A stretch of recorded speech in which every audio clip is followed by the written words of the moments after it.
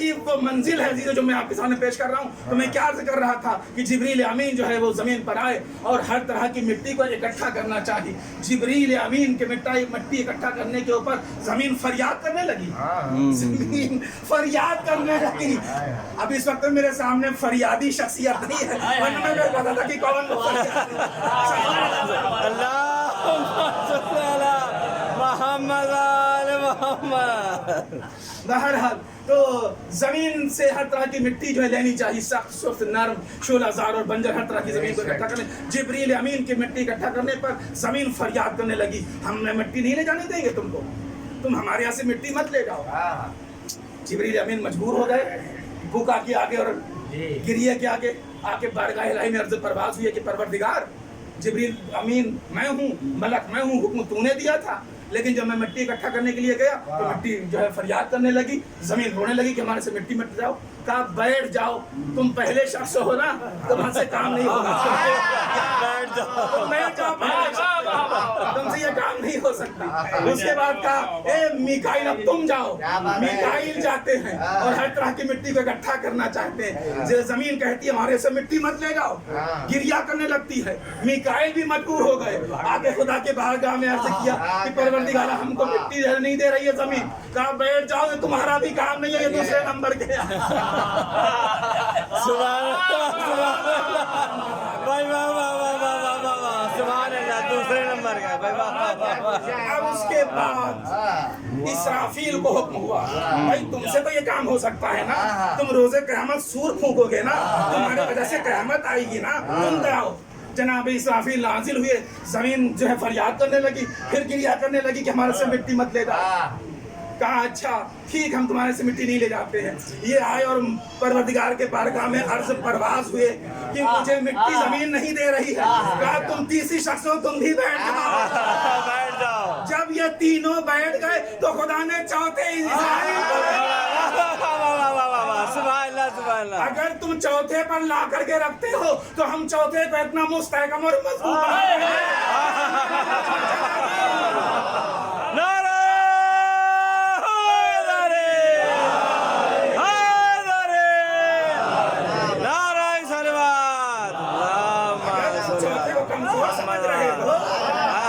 اور تینوں کو باقوت سمجھ رہے ہو تو ہم ایسا مضمون بنا دیں گے, ایسا مضبوط اور اتنا مستحکم بنا دیں گے کہ جب یہ آ کر کے مٹی اکٹھا کریں گے اور روئیں گے تو کہیں گے یہ کہ دیکھو تمہیں معلوم نہیں ہے میرا نام ملک الموت ہے, میرا نام اسرائیل ہے, میں کسی کو چھوڑتا بولتا نہیں ہوں, میں تو مٹی لے کر کے جاؤں گا.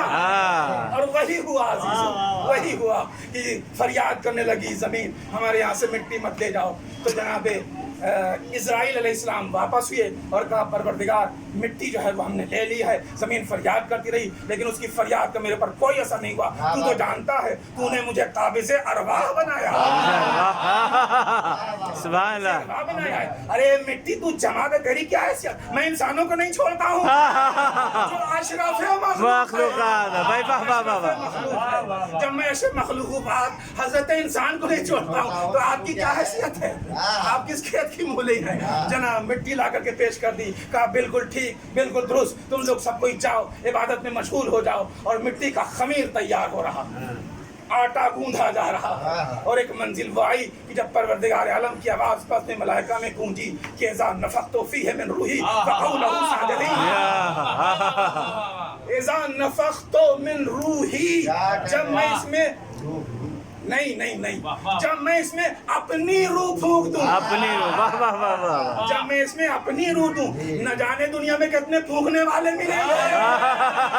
بھائی واہ واہ واہ واہ واہ, اللہم صلی علی محمد آل محمد. لیکن آل محمد کے در سے جو پھونک وابستہ ہو جائے, جو پھونک وابستہ ہو جائے, پھر اس کی منزلت نہ پوچھو, پھر اس کا مقام نہ پوچھو, پھر اس کی منقبت نہ پوچھو. تو عزیزو ایک مدت تک خمیر تیار ہوتا رہا اور خدا نے کہہ دیا کہ جب میں اس میں اپنی روح ڈال دوں فقعوا له ساجدین, یعنی فاصلہ نہیں ہے, بلا فاصل, بلا فاصل. جیسے میں روح ڈالوں بغیر کسی فصل کے سجدے میں گر جانا, سجدے میں گر جانا. یہ تمام باتیں آپ کی عزیزو سنی ہوئی ہیں, لیکن جس منزل پر میں ہاتھ پلانا چاہتا ہوں اس پر غور فرمائیں کہ بہرحال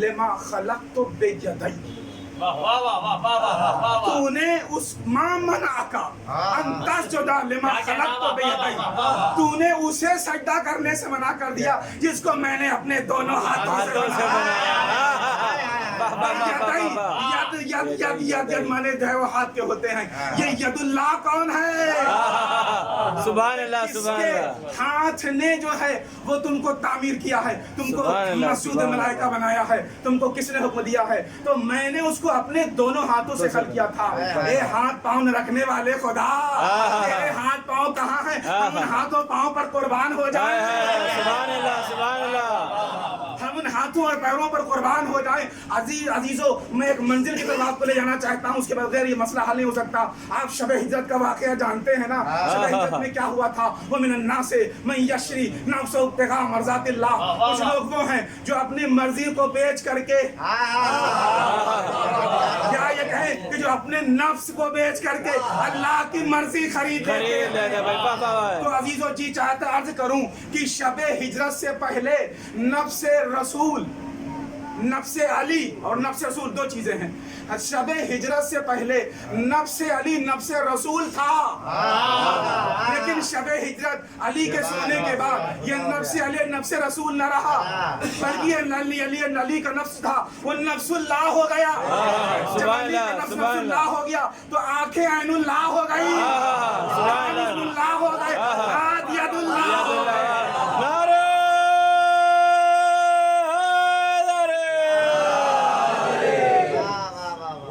ید اللہ ہو گئے. تو یہ اللہ کے ہاتھ نہیں ہے، یہ علی کا ہاتھ ہے کہ جس نے اپنے دست قدرت سے آدم کے خمیر کو تیار کیا. سبحان اللہ. اللہم صلی علی محمد آل محمد. ایک اس سے بہتر صلی اللہ علیہ وسلم. اللہم صلی علی محمد آل محمد. تسجد لما خلقت بیدی.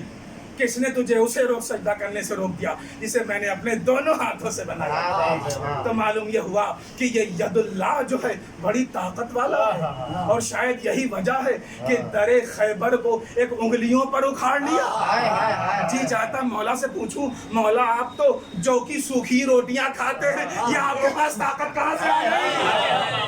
یہ آپ کے پاس طاقت کہاں سے آئی؟ تو عجب نہیں مولا علی جواب دیں، ما قلعت باب خیبر بقوت جسمانیہ بل بقوت ربانیہ. سبحان اللہ سبحان اللہ. میں نے در خیبر جو اکھاڑا ہے وہ جسمانی قوت سے نہیں اکھاڑا ہے، اللہ کی دی ہوئی طاقت سے اکھاڑا. اللہ نے مجھ کو ایسا بنایا ہے، ایسی حیثیت اور ایسی قدرت اور ایسے اختیارات ہمارے اندر ودیعت کیے ہیں کہ جس کے بنا کے اوپر ہم نے در خیبر کو اکھاڑ لیا. اور پھر آگے منزل اور بھی مشکل ہے. 39 دن تک گئے اور فتح نہ ہوا. تم تو مفتوح الفاتحین بن رہے ہو، تم تو شجاع کا لقب اختیار کر رہے ہو. کوئی غنی بن رہا ہے، کوئی فرق پیدا کرنے والا، کوئی کچھ بن رہا ہے، ہر ایک کو لقب مل رہا ہے. تو عزیزو 40واں دن جب آیا، اچھا یہ 40ویں کی جو شب تھی وہ شب داری میں بسر کی، رات بھر نیند ہی نہیں آئی. شاید ہم کو لیکن جب 40واں روز آیا تو کہا بلاؤ علی کو. تو لوگ یہ سمجھ رہے تھے کہ علی کو تو آلودہ چشم ہے، ان کی چشم جو آلود ہے، وہ ٹھیک سے دیکھ نہیں پا رہے ہیں، تکلیف ہے. یہ کیسے ہو سکتا ہے کہ ان کو علم مل جائے؟ مگر جب مولا کائنات کو رسول اللہ نے بلایا تو سب کی آنکھیں کھلی، جب سب کی آنکھیں کھلی کہ کوئی یہ معمولی مسئلہ نہیں ہے. اور اس کے بعد کہا لو علی علم اور تم جاؤ میدان جنگ کو. لیکن اس کے پہلے کیا فرمایا؟ 39 دن کل میں اس کو علم دوں گا. پہلی شرط یہ ہے رجولن مرد ہوگا، رجولن مرد ہوگا. اور دوسری صفت کرارن بڑھ بڑھ کر کے حملہ کرنے والا. تیسری صفت غیر فرار، یعنی وہ بھاگنے والا نہیں ہوگا. اور چوتھی صفت اللہ و رسول اس کو دوست رکھتے ہوں. اور پانچویں صفت اللہ و رسول کو دوست رکھتا ہوگا. اگر کسی کو پنجتنی بننا ہے، سبحان اللہ سبحان اللہم صلی علی محمد آل محمد.